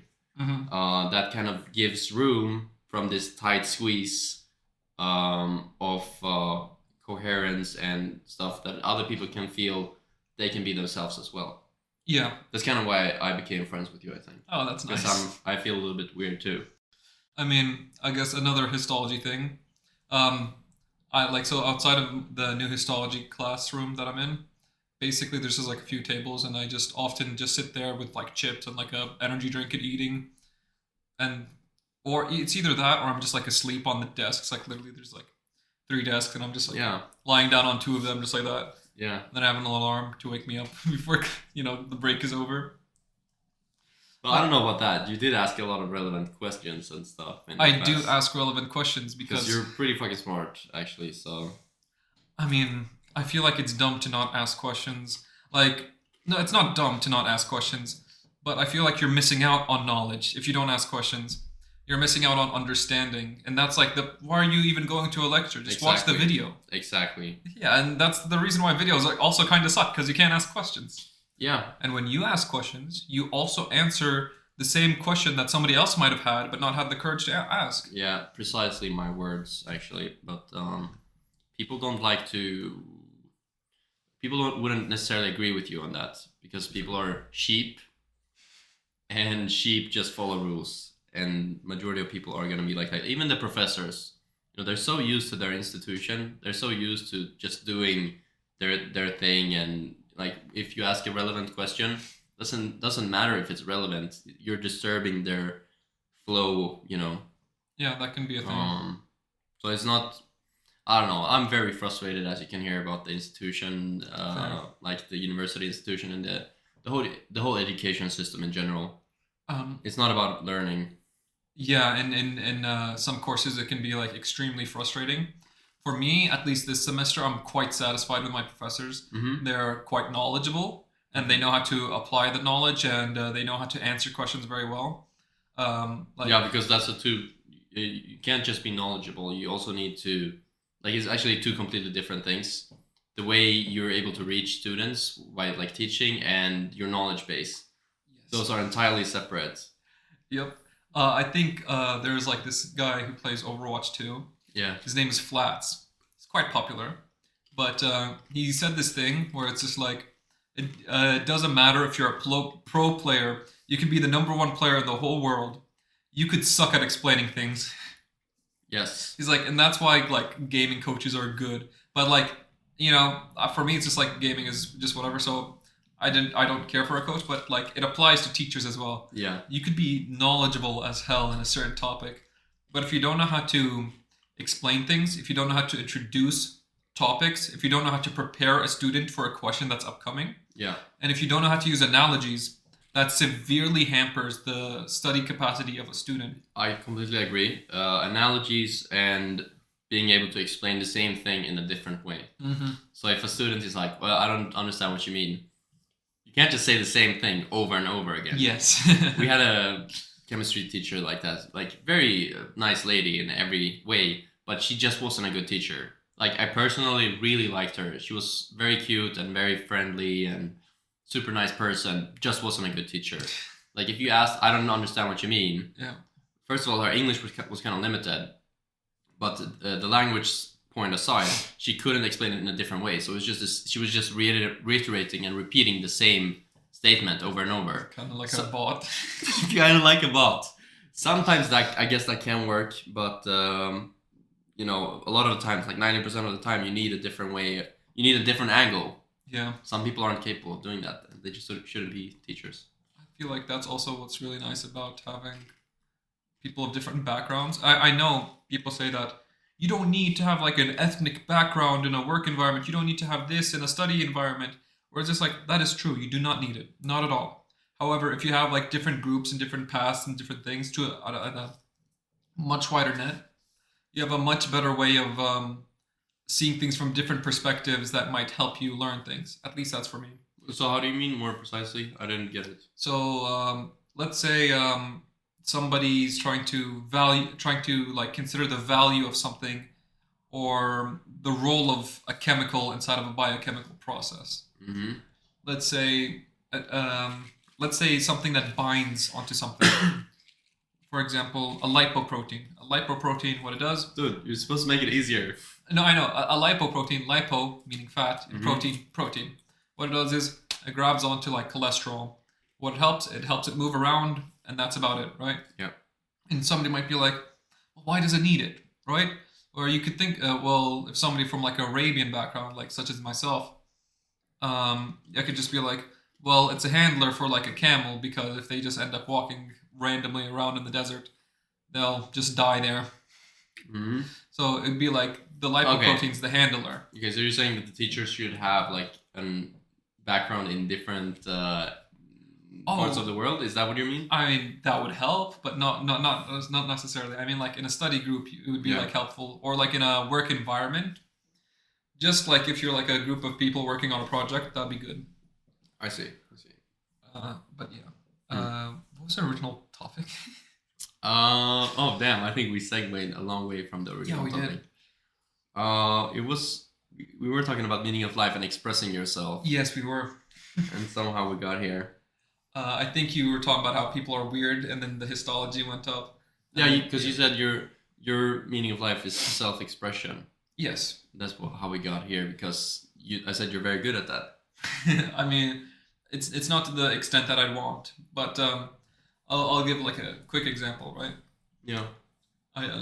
Whenever I bring up like specific people, I do feel guilty, because whenever you mention specific people, they tend to feel attacked because they see it as a negative thing. Mm-hmm. And in this case, it sort of is, but I don't mean it whatsoever. Go for it. But take him down. At the housewarming party over here, it was like that one American dude who's like well spoken and everything. Yeah. He kept on like he was like I think he mentioned that like that I might have like autism or Asperger's. Oh, did he? Yeah, he was just like, well, the way you like talk and conduct yourself is like funky, so you might have like autism and Asperger's. Mm-hmm. And again, no hate on him. That does make a lot of sense. You know, he told me that as well, just so you know. Oh, I did. No, he did. Oh, okay. I mean that's fair. But I mean. Wait, what? Oh no, that came out wrong. But I mean, like. I mean, maybe it is. I think I have a slight piece of autism in me. I don't know if it's on the spectrum even, but I do have something to that direction. I mean, I don't even feel bad about it. Actually, it's like you shouldn't be anything you feel bad about. It's just neurodivergency. It's not a bad thing. Unless neurodivergency meaning a different diverging function. from the typical, the norm. Yes, the norm. Yeah. For example, you could consider certain geniuses as neurodivergent. Yeah, I mean, I'm pretty sure Elon Musk has Asperger's, which today is a form of autism. Yeah, and so he'd technically be neurodivergent. So again, it's nothing to be ashamed of whatsoever. It's just that your brain works differently, not that it works worse. But yeah. When I said fair, that's like my basic standard response, by the way. Yeah, I know. It's either I'm like, oh, that is fair, or it's just like, oh, okay. Yeah. But it was kind of like where if anything deviated from the norm, even slightly, people would start to have questions about themselves, and that's why I believe self-expression is important. But what did he tell you? He told you that you were autistic? He says the way I speak is like a bit more like somebody with like Asperger's or some sort of autism. Because he says the analogies I bring up are weird, and the things and way I explain and conduct my speech is strange. Maybe. It could be that. It could also be that, you know, I know he has a lot of friends that are autistic. Yeah. And on the spectrum. So that could be part of it too. That he's just, you know, because sometimes when you identify something, you see in everything. Yeah. That can definitely be a part of it too. It's the whole GTA car thing. Do you know? Oh yeah, I know that. It's like you rob someone of their car in GTA. You're like, oh, this is such a good car. And then you start seeing that piece of shit everywhere. Yeah. And again, that's why I wanted to say it's nothing negative about the person. Because again, you don't know their backstory or why they might be thinking some way. And again, that's pretty much the norm, right? Yeah. It's just that I don't know, honestly, it was kind of refreshing talking to somebody who was so open. Like him? Yeah. Yeah. I mean, like most people are just a bit too timid to give their opinions, which I kind of am sometimes. But that's like not as much, you know. That's when I feel like the conversation's kind of been given up on. There's no point in talking. But it's quite nice talking. It's quite nice talking to people who are a bit out of the norm. For example, he's a bit out of the norm where he like gives his opinion straight up out. Yeah. I'm a bit out of the norm. I'm not sure if you're out of the norm because I don't know what the norm is. I'm very much out of the norm. Then yeah. So that's like a good thing. Oh, I should probably like I just got reminded. I was too focused on speaking. No, but you're good. But yeah, he's a great guy. I'm not gonna say his name because he actually used to be kind of famous, and now he's gone off the grid, and I really admire that. And I actually invited him on the podcast, but he declined just because he wants to keep like anonymous and lone wolf type of thing, which is fine. But he's a great guy. He doesn't live here anymore though. Oh, he moved. Yeah, he moved, but. Do you know when? Like yeah, I met him last Tuesday. Actually, we were at a social event, like a meetup event. Yeah. And yeah, that was. He told me that this was his that was his last night, and so we had some nuggets after the event, and that was it. And I texted him like, "Hey, thanks for all the great lessons that you've taught me," because he's an extremely smart guy. Yeah. Very high IQ. It was really nice talking to him. So I'm glad to have met him. Yeah. You know, so glad to have known that I met somebody who's off the grid. You know, that's kind of cool. Yeah. You know, something you'd hear from like a Joe Rogan guy who's like, go on, he's just like, I've been off the grid, but now I'm a whistleblower. You know? Yeah, for real. Yeah, he's an American living. I should stop talking. Yeah, you should. Yeah. Okay, so but just to summarize, did I get it correctly? Besides from the biological point of view, your point of view of the meaning of life is to self-express. So whatever your desires are that you've been shunned from society, you should try to find a way to express that, unless it's something that would like seriously harm others. Yes. So be yourself more, perhaps. Yeah. It's a more cliche way of summarizing it. Essentially, yeah. Yeah. And in order to do that, then you need freedom. Money as well sometimes. That's kind of synonymous to me at this point, you know? Fair. Yeah. Like, the world is capitalistic enough for that to be a synonym at this point. Yeah. Okay, I'll read you one of my tweets, and then it would be cool to hear your point of view. Okay, here it goes. It's a common misconception today that prejudice of people is something bad. Prejudice is something great. Prejudice is a form of pattern recognition which has spared every human being that ever lived from a lot of harm and needless pain and suffering. It's the ability to quickly assess a situation based on past/learned events. I love it. Okay, so you want me to judge that? Huh? You want me to judge that, right? Well, do you have any comments? What do you think? I completely agree, but I do have a specific limit on that. Mm-hmm. That limit would have to go to extremely large groups of people. Oh. So, for example, I was in the United Arab Emirates for a long time. Yeah. There is rampant racism towards certain groups of people. Bangladeshi, Indian, not to the same degree as Pakistani, actually. Pakistani is actually held in a pretty good regard. Mm-hmm. Bangladeshi is higher up than Indian in terms of how well you're typically taken. Really? Like Indian, yeah. That's usually not the case from my experience. Oh, really? Yeah, isn't it usually like Pakistanis are poorer and or maybe it's the Bangladeshi people I was thinking about. The idea is that, at least from their perspective, Yeah. which is wrong, the Pakistanis tend to be more Muslim, and therefore they tend to have higher value as a person. That's how they see them. Okay. Followed by the Bangladeshis, which are specifically known for their, at least over there, it sounds weird to say this because it's not true for any specific group of people, right? Because the group is so big. The Bangladeshis are seen as like have a lot of respect for their work, you know? Mm-hmm. They don't do like work half-assed just to get like money then leave. They do it and they want to make sure that they've done it well. And then because of the large amount of Indians, what is it?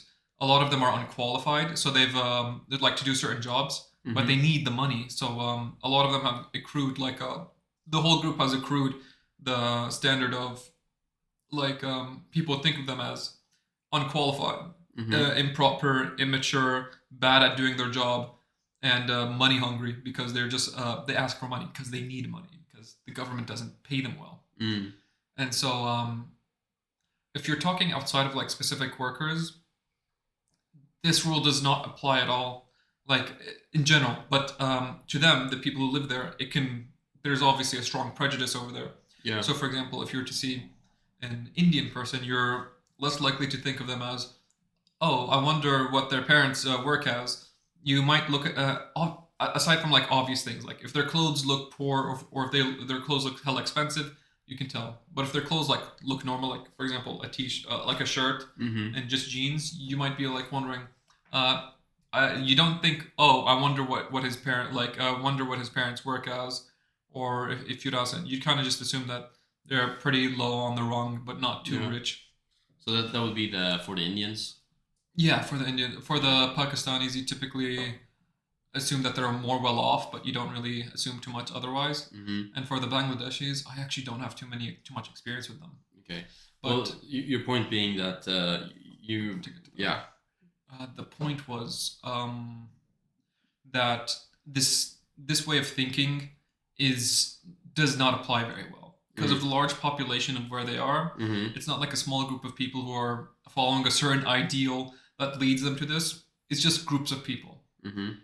You can't say like every Indian is like dirty because you've seen like a video of like an Indian food vendor who's like touching food with his hand, right? You can't assume that because it's false. You can't assume that every Pakistani is a pious, hella Muslim person because you've seen like most of the time when you see them, they're like at like Muslim rallies, or like debating somewhere, and you can't assume this or that. I feel like at that point that's where it ends. But you're saying it's bad. I'm saying that it's not very good. It's not very effective, basically, because at that point it loses its effectivity because there's so much variety because there's such a large population. In the situations where you're mentioning, the pattern recognition is good.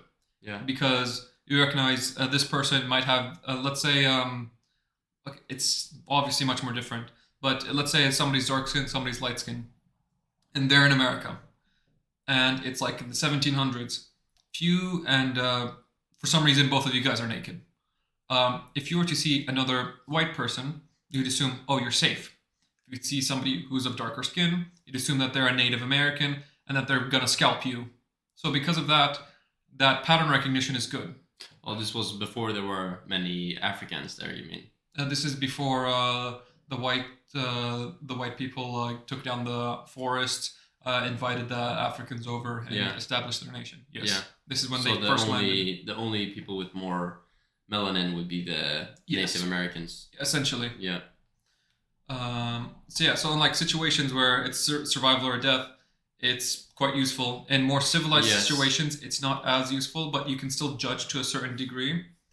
And although you could argue that modern society has a lot of danger as well. Yes. For example, women, right? If they see a man on the road in the middle of the night, let's be honest, they're not dangerous. The man's not dangerous. However, depends where and when. I mean, obviously, if you're in an alleyway in the middle of the night and you're like wearing skimpy clothes, obviously you're much more likely to get targeted. But I mean, like if you're just walking down the street and you see a man there, a woman would just get like a bit more nervous or a bit more anxious, right? Yeah. And that's like pattern recognition. There's no reason to assume that this man is a bad person whatsoever. However, due to certain trends, as well as the man's capacity to be able to do harm, it's fine. It's good. It's like a good thing to have like the ability to recognize. Yeah, the man might, if the man knew that she like thought of him as a threat, he might feel sad, right? He's like, just walking. But like, right. That's like a necessary evil. It's not personal. Yeah, it's not personal. Yeah. It's a necessary evil at that point. Right. Because the extension of that tweet is that I continue. Now, if the individual in question, over an extended period of time, and in a low-risk scenario were to exhibit behavior that is dissimilar from their chosen or assigned group identity, that could be grounds for reevaluating one's image of them. So if they're different from the group over an extended period of time, if we take this example with the male, so if you're a woman and you've seen this male around, he's been in your friend group or in your class or something, and you've seen that, okay, he's like harmless, and you've seen him for 1 year now of classes, then that might be grounds for reevaluating your image of him. Maybe he's a bit more safe than the average male, for example. That is true. Yeah, I'll just turn on the lights. Oh yeah, sure. Another example would have to be like, you don't even have to get that like intense. I just realized it's champagne on the floor. Oh, that sucks. Go ahead. It doesn't even have to be like somebody within their friend group or their study group or anything like that. For example, if somebody's like walking down the street again, but she sees the dude. However, like let's just say she gets back home at 11 in the evening, right? Yeah. So like 23 hours on a Tuesday every night because of work reasons or due to one reason or another. She almost always goes home at that time. Mm-hmm. Then almost all the time she sees the same dude walking past.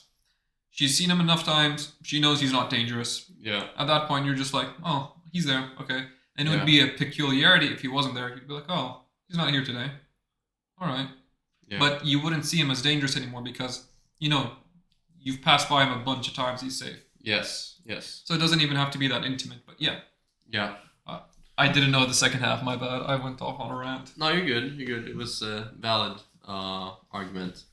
But I don't know. It's just so easy today to kind of go with this preconceived opinions that you're supposed to have. You're supposed to be in possession of this opinion that prejudice is something bad, and that's so easy. It's like food that's already chewed for you, except it's opinions, and you're just supposed to swallow it. Yeah. But if you think about it, things are usually there for a reason, and I know. Yeah. I think when it comes to this topic, I'd have to just answer. It's not that deep. Yeah, it's not that deep. Yeah. Should I pick it up or should I leave it down there? Alright, fine. But by the way, you mentioned earlier about meaning of life being self-expression, but you never mentioned like happiness or anything like that. That's kind of an issue to me that you didn't bring that up, because I'm pretty sure you want to be happy, Yeah.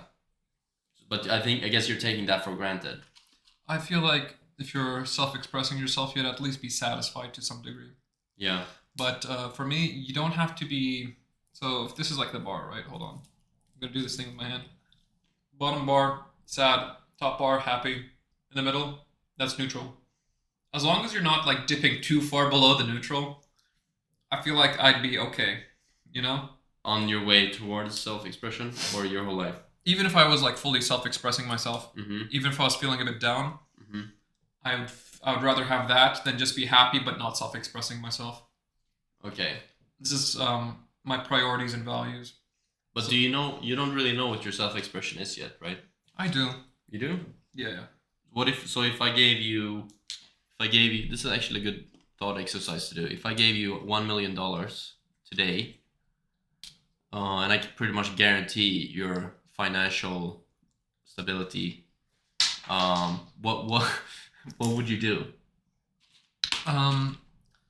If you could guarantee my financial stability, yes. I'd probably buy a house away from the city, somewhere. Which country? Maybe in the UK, basically not in the big city. Okay. Or Canada or the US, one of them. Mm-hmm. It really depends on a few factors, mainly friends and what I think. It would take long contemplation. Yeah. Too much for a podcast. But yeah, it's a good thought exercise if you want to do it alone. Like, write it down. You can actually write like pages about this. I know that Jordan Peterson's like self-authoring program, a lot of it is about stuff like this. You kind of it's like a future authoring program, and the past and the future is a lot of the future is about this. Like, where would you want to go? I see. Yeah.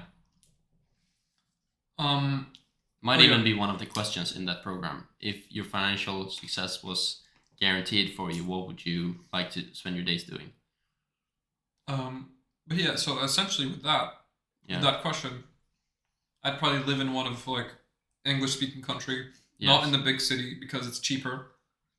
I know I have $1 million, but let's be honest, with the current economy, it's not going to last me too long. I'd probably invest in a bit of stocks and stuff like that. Not too much. Maybe like 10 to 50K. Yeah. Because, out of $1 million, that's not too much. But it's just like 5%. Yeah. And if the stock market increases, that's a huge gain because that's a lot of money. Yeah. But if it decreases, I could throw away 50K. Okay. And lastly, I'd probably get like so I used to be like really big, so I lost a lot of weight and I have like a bit of extra flabby skin. I'd get surgery to get rid of that, and I'd probably buy clothes that I like more, and study biology. Oh, just for fun? Yeah. Really? I do find many things about biology in general interesting. I know we're studying like technically biology in med school. Ish. But kinda. But like, for example, anthropology is something interesting. Oh, bro, that's the best. Yeah, it is. The history of evolution is also cool. Abiogenesis is a big thing, but like, I really enjoy the idea of preserved genes, if you know what those are. No. Or maybe. Preserved genes, preserved proteins, and preserved organelles. Throughout evolution? Yes, basically what they are is a gene you can find in one animal, you can find in many other animals. For example, a preserved organelle would have to be the mitochondria. Right. You can find the mitochondria in many creatures, be it, I think it's in plants, plants, humans, fungi, and other animals, right? Yeah. Yeah, the mitochondria is cool. It's like being a bacteria inside of us. Yeah. Enclosed within like eukaryotic cells. Yeah, and it's like a useless bacteria on its own. Unless it's within something, it's completely useless. Yeah. That's like really interesting to me. It is completely. Okay, so you studied that, but in university or in uni? Yeah. Why? Because I'd have to have like experts there to help me out and everything. But you can find those online. Yeah, I can. Yeah, but I don't think they'd have like education and a lab and like a bunch of things, and they'd have like speakers who could come. I feel like that is just a bigger package, as well as me who doesn't leave the house very often. It'd be a good exercise to go talk to people. Yeah, that's fair. Your second point more than the first. Fair. Like, because these days you have teachers or professors from Harvard. Not saying Harvard is very good these days. With the denying that killing Jews is something bad. The faked. If you don't know, there's a bunch of faked peer-reviewed Harvard shit. But yeah, I can imagine. But just saying, like the smartest people in the world are gonna be on the internet, and so you don't necessarily need to go to a physical university anymore. Which the only reason that I'm in university right now is for getting the certificate.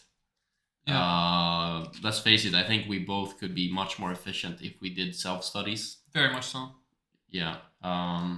Like a lot of my energy is going into exams when it could be going into learning things, like stressing about the exams versus actually understanding concepts. I don't know. That's just my take. No, I agree. Yeah. Okay, so you study biology, actually. Yeah. That's pretty cool. Imagine doing something when you weren't forced at all. Such a different way of operating. Yeah, but here I am.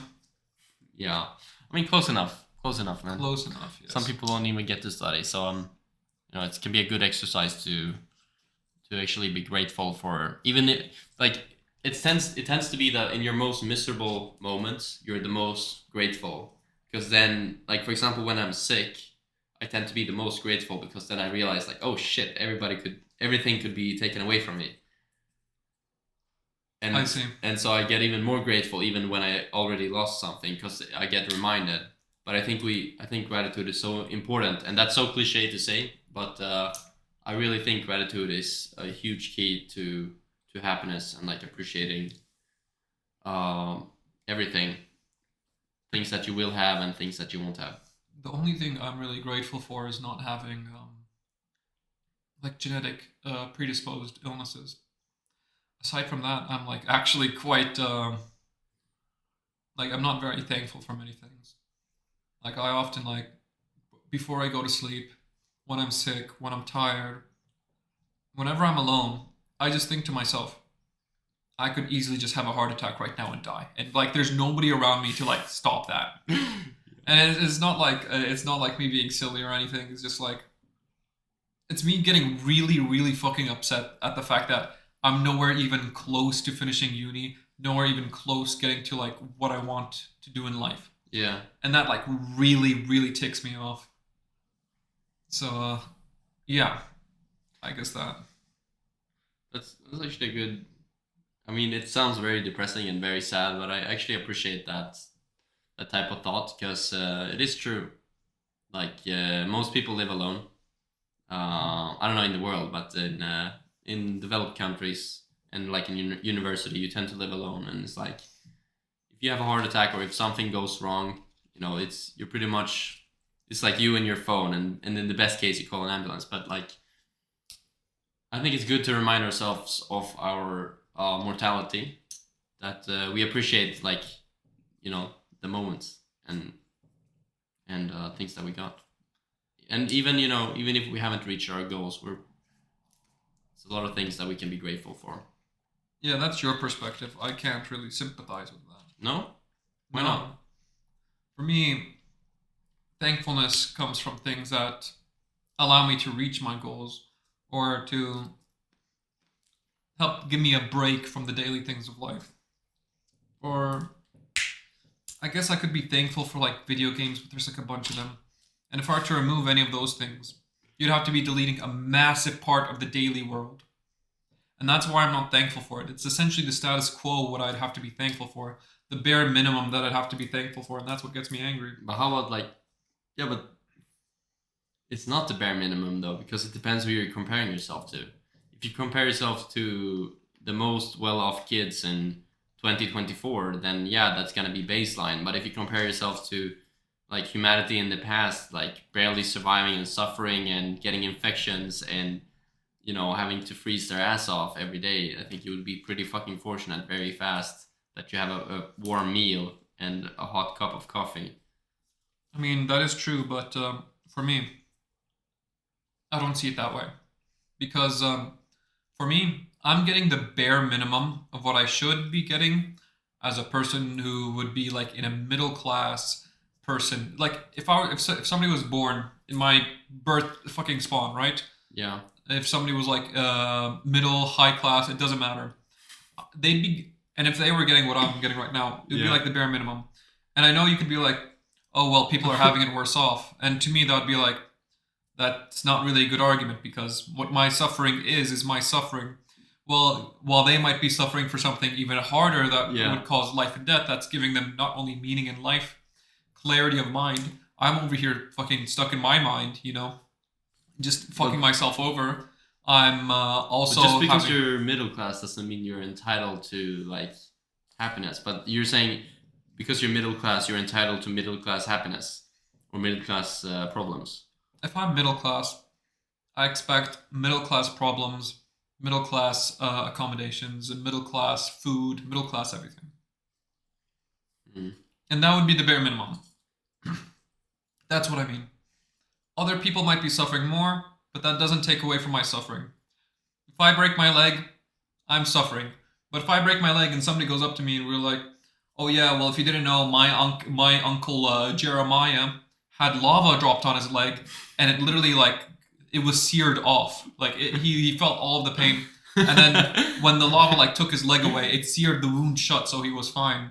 So you probably shouldn't be like complaining, or like or oh now don't your like emotions feel small? It's like no, because you could always say that. Yeah, and somebody could say that to his grandfather Jeremiah too. That, you know, your grandfather was shot in the face, you know. Yeah, it's like it's just some stuff that like just lowering the baseline, devaluing it basically.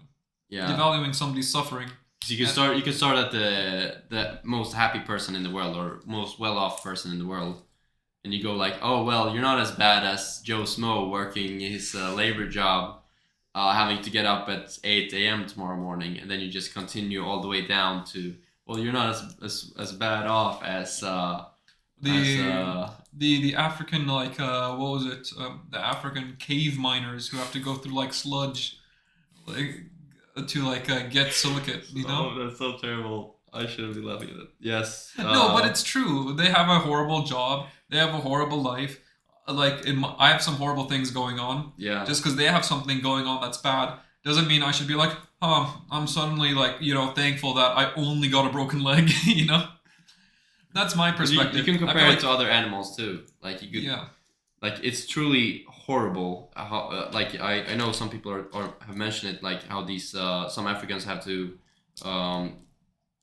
get minerals out of like with their children, like pregnant women have to get like minerals for phones and stuff. Yeah. In like cobalt mines and stuff like that. Yeah. But even them, like they could compare themselves to like another another animal that like than the human animal. Yeah. And have like, oh, you're not getting cooked in a stew, so I guess you should be happy or something. And even then, those people would probably be like, oh, you're happy that you should be happy that you get to live in the first place. Yeah, you have to get happy you get to live in the first place. You don't have to be over there dealing with taxes with a boss over your head. You wake up when you need to, you do what you need to. All you have to do, get this amount of cobalt. Right, but although there is some baseline of like that's worse than death, obviously. For sure. You're happy that that you should be happy that you're not in a labor camp in Russia or something, after the Second World War, starving your ass off. Yeah. Yeah. So what's the point here?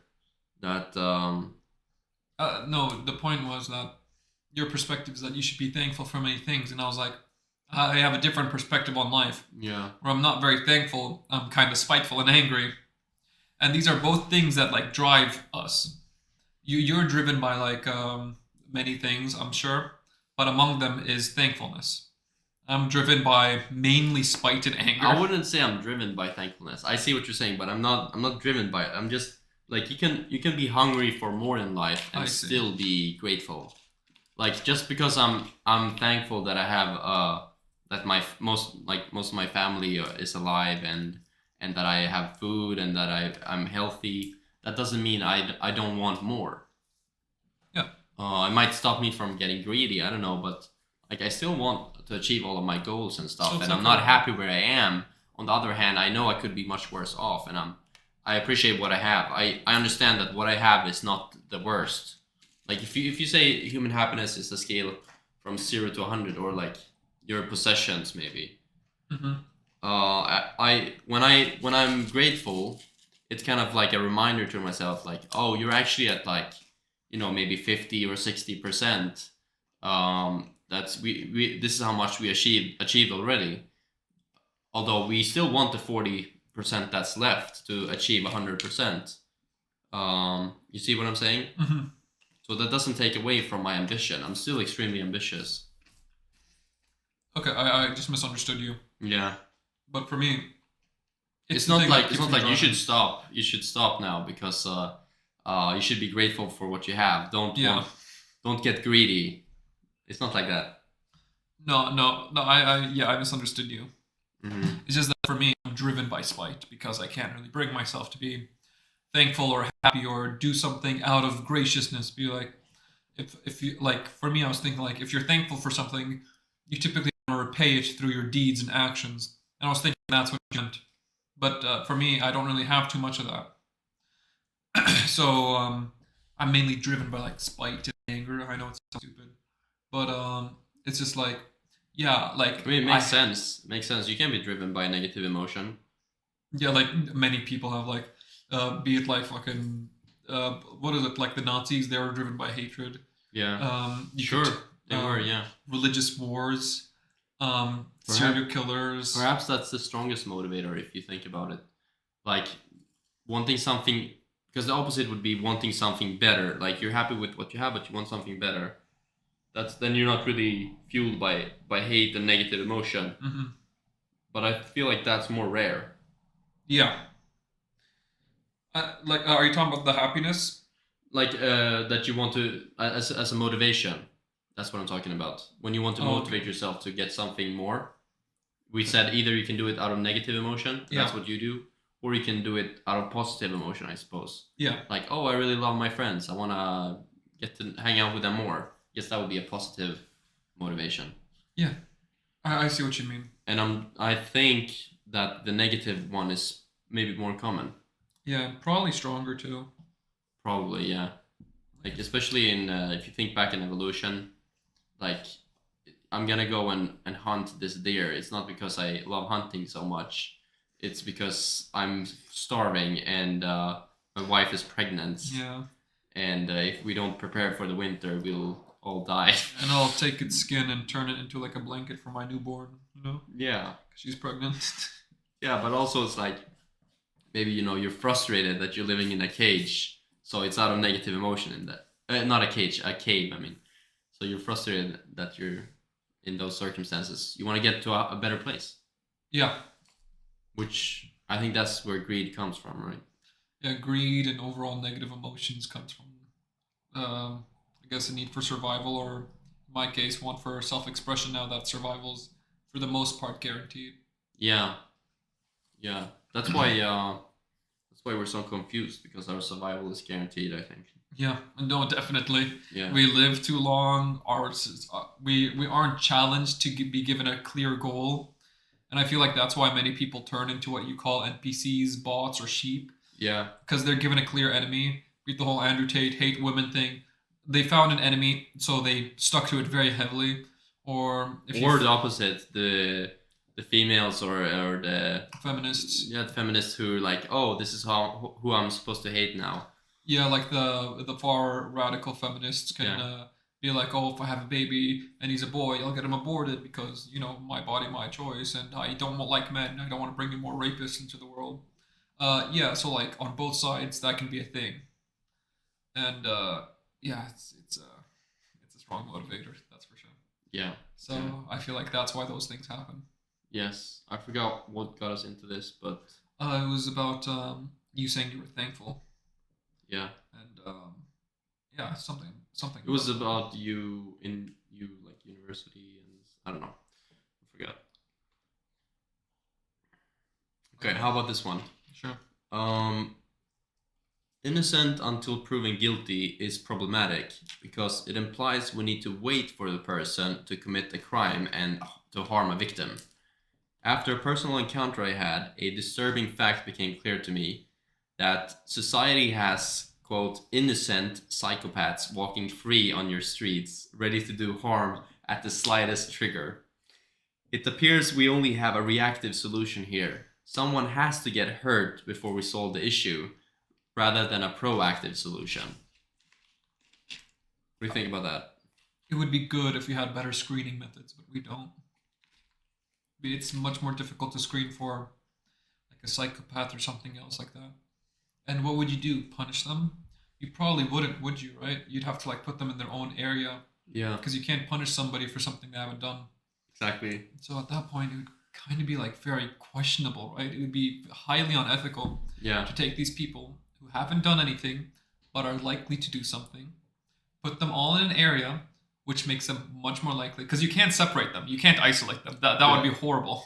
Just to be clear, you obviously understand the problem here. Yes. Yeah. Yes. It's a problem. Let's just establish that first. Definitely. Yeah.